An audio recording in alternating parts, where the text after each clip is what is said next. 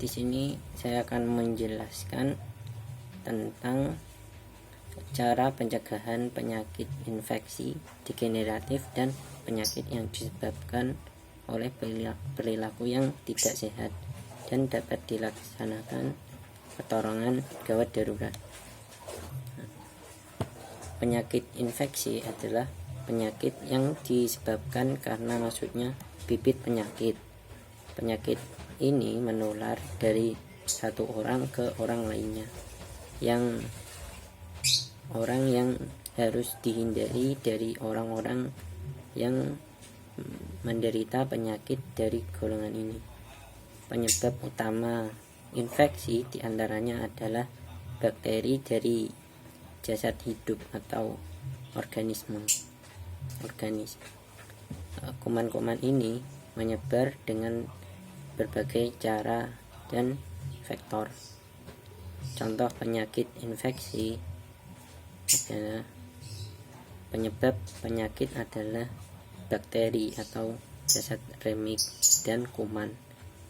TBC ditularkan melalui udara dan tetanus melalui luka yang kotor,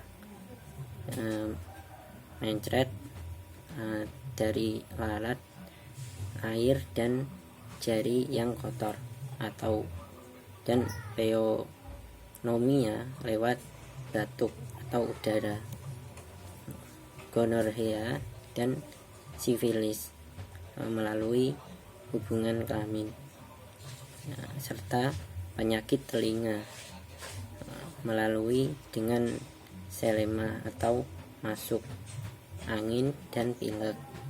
Penyebab penyakit adalah virus atau kuman yang lebih kecil daripada bakteri. Di sini ada palesma, influenza, campak gondok. Nah, ini ditularkan melalui udara, batuk maupun lalat. Ada juga rabies melalui gigitan binatang. Ada jamur, kurap, kutu air, dan gatal pada lipatan paha. Ini ditularkan melalui sentuhan atau dari pakaian yang dipakai secara bergantian. Juga ada parasit internal, adalah hewan yang berbahaya yang hidup pada tubuh. Contohnya insentri yang ditularkan dari kotoran ke mulut, serta malaria yang melalui gigitan nyamuk. Ada juga parasit internal. Ini atau hewan yang berbahaya yang tumbuh di permukaan tubuh, seperti kutu rambut, kutu hewan, kutu busuk berupa kodis. Ini tularnya dari orang yang telah terinfeksi melalui pakaian. Ada juga penyakit degeneratif. Penyakit degeneratif adalah istilah medis yang dijelaskan suatu penyakit yang muncul akibat proses kemunduran fungsi sel tubuh, yaitu dari keadaan normal menjadi lebih buruk. Penyakit yang masuk dari kelompok ini antara lain adalah diabetes mellitus, stroke jantung, koroner dan kardiovaskular, obesitas, dislipidemia dan sebagainya. Mengenai perilaku yang tidak sehat yang sering kita lakukan, yaitu stres yang berlebihan. Nah, sejak dulu kita tahu bahwa stres yang berlebihan dapat menurunkan daya tahan tubuh seseorang dan memacu risiko penyakit jantung, serta membuat kita tidak nyaman. Stres yang berlebihan juga memacu penuaan dini. Ibu-ibu yang memiliki anak dengan penyakit kronis merupakan orang-orang yang mengalami stres dan mengalami penuaan dini yang paling ekstrim. Cara untuk mengurangi stres adalah dengan menarik napas dalam-dalam yang disebut dengan pernapasan diafragma dan jangka panjangnya. Luangkan waktu untuk melakukan hal-hal yang dapat mengurangi stres Anda. Ada juga minum alkohol. Nah, bukan merupakan suatu kebetulan bila alkohol merupakan kabar buruk mengenai stres. Para wanita sebaliknya membatasi dari minum-minuman beralkohol. Berbagai gangguan kesehatan juga bisa timbul dari kebiasaan minum alkohol yang berlebihan, termasuk dengan serangan jantung, kanker hati, kanker tenggorokan, dan kanker payudara. Selanjutnya ada kurang gerak. Nah, biasanya masa pandemi ini suka rebahan. Dengan demikian, gerakan tubuh kita dapat memperpanjang hidup serta mengurangi berlebihan berat, mengurangi stres, dan bahkan mencegah penyakit Alzheimer. Langkah pertama yang perlu kita lakukan yaitu dengan janji pada diri sendiri bahwa kita akan lebih aktif. Pikirlah dari mobil, jauh dari pintu masuk, menggunakan tangan dan tidak menggunakan lift, melakukan olahraga atau senam, jalan kaki selama 30 menit atau banyak selama 5 kali atau lebih dari seminggu. Nah, ada juga perilaku merokok untuk mengurangi bahaya kanker, terutama terutan dini. Anda dapat mengganti rokok dengan permen karet rasa nikotin. Berdasarkan penelitian tahun 2004, permen karet rasa nikotin memberikan rasa 2 kali lipat di mana perokok berhenti merokok dibandingkan dengan keinginan janji si perokok untuk berhenti merokok. Nah, gantilah rokok Anda dengan permen karet untuk berhenti merokok. Nah, itu ada juga yang menghirup udara polusi. Polusi dapat menyebabkan batuk dan mata sakit, perih, dan hal berhubungan dengan serangan dan penyakit asma saluran pernapasan. Usahakan untuk berada di dalam ruangan penyakit yang bisa dikadar udara sedang tinggi. Terlalu sering kena sinar matahari. Batasi Anda dengan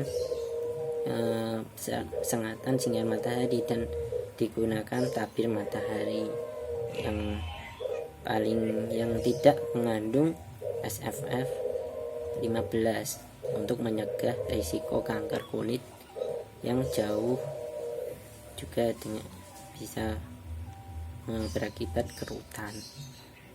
Ada juga yang perilaku yang tidak sehat lainnya seperti kurang tidur, berlebihan berat badan, mengkonsumsi gula yang berlebihan. Nah,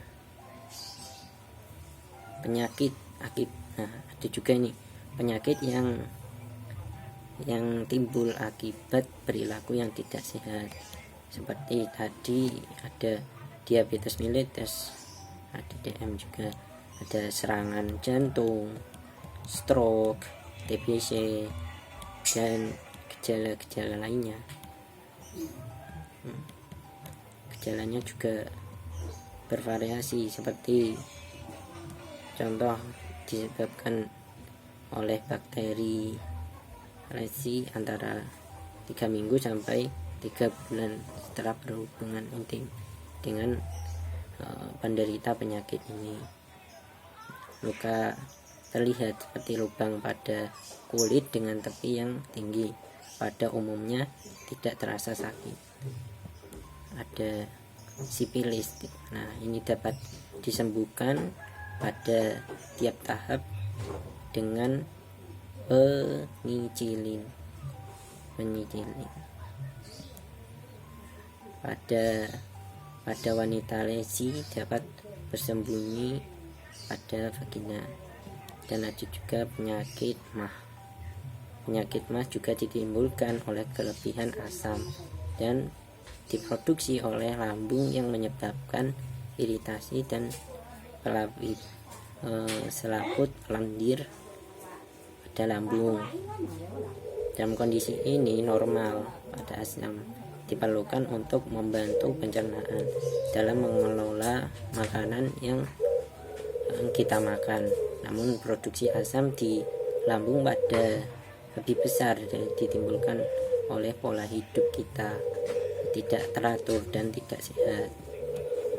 Ada juga kanker paru-paru, bisul, kurap, masih darah tinggi juga. Ada juga virus, ada virus AIDS, Aigres encephalopathy virus. Nah, sindrom daya kurangnya tahan penyakit atau AIDS adalah penyakit yang disebabkan oleh jenis virus yang dikenali dengan virus HIV atau human immunodeficiency virus yang menyebabkan kegagalan sistem imun tubuh atau kebolehan menjadi tubuh yang melawan penyakit. Nah, AIDS merupakan kemampuan tubuh untuk melawan penyakit atau sistem imun tubuh. Ini karena kuman HIV telah memusnahkan sel TCD4+ yang bertanggung jawab untuk melawan penyakit yang disebabkan oleh kuman, bakteria, virus dan lain-lain. Nah, AIDS ini bukan suatu penyakit yang tersendiri. Sekitar tahun 1080-an banyak orang yang menjadi korban AIDS di Amerika Serikat. Dan masih banyak, ada tipes, panu, malaria, kutu air, sipilis, hiji, flu, TND, dan lain-lain. Nah, kita lanjut ke PPGD. Apa sih PPGD itu? PPGD adalah pertolongan gawat darurat atau PPGD adalah rangkaian usaha pertama yang dilakukan pada kondisi darurat untuk menyelamatkan pasien dari kematian. Siapa yang melakukan PPGD? Menangkap pertama atau pertolongan pertama masyarakat awam yang barangkali mengetahui teori atau praktek untuk respon yang dilakukan pertolongan pertama di lokasi kejadian. Mengapa masyarakat umum harus melakukan PPGD? Nah, kita tidak dapat selalu mengandalkan layanan ambulan atau paramedis untuk segera tiba di lokasi kejadian. Terbatasnya alat dan waktu. Nah, tujuan PPGD atau pertolongan pertama adalah menyelamatkan nyawa korban. Nah, caranya yaitu meringankan penderitaan korban, mencegah atau mempernyakit menjadi lebih parah untuk mempertahankan daya tahan korban dan mencari pertolongan lebih lanjut. Bagaimana sih cara PPGD? Mengikuti dasar algoritma PPGD, yaitu ada pasien tidak sadar dan pastikan kondisi pertolongan aman bagi pasien dan onolog. Selanjutnya memberikan kepada lingkungan jika ada yang akan berusaha membantu. Cek kesadaran korban. Ada juga cara pengecekan kesadaran dengan metode AVPU. A yaitu Alfred atau pengecekan kesadaran korban. Jika korban tidak sadar, lanjut ke titik V, yaitu V atau verbal. Panggil korban dengan bicara kasar di telinga korban. Jangan menggoyangkan dan menyentuh pasien. Jika tidak merespon, lanjut ke poin P. Poin P yaitu pain atau coba memberi rangsangan penyeri pada pasien. Misalnya dengan menekan bagian putih dari kuku tangan, atau selain itu dapat juga dengan menekan bagian tulang atau area di atas mata. Dan U atau unresponsive, jika pasien masih tidak bereaksi, maka pasien berada dalam keadaan tidak responsif. Dalam keadaan seperti ini, segera panggil bantuan dari pihak medis. Yang terakhir adalah memanggil bantuan dengan cara minta bantuan pada petugas medis, seperti menelpon ambulan. Biasanya ambulan nomor teleponnya 119.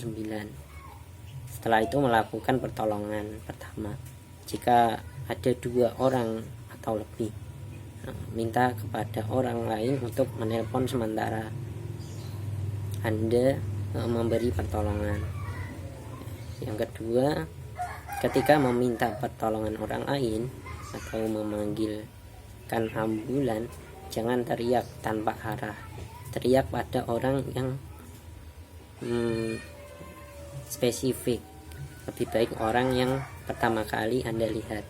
Teriak pada arah membuat orang lain bingung.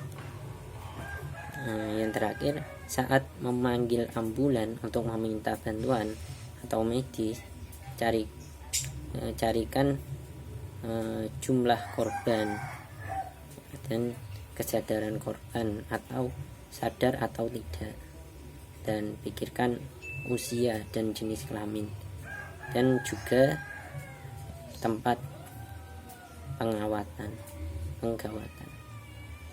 Pada keadaan darurat akibat kecelakaan, walaupun Anda berniat baik untuk membantu, sebaiknya jangan asal memindahkan korban kecelakaan. Pindahkan keadaan darurat dengan cara keliru bisa mengakibatkan risiko fatal, bahkan meninggal. Itu dia yang bisa saya sampaikan. Terima kasih.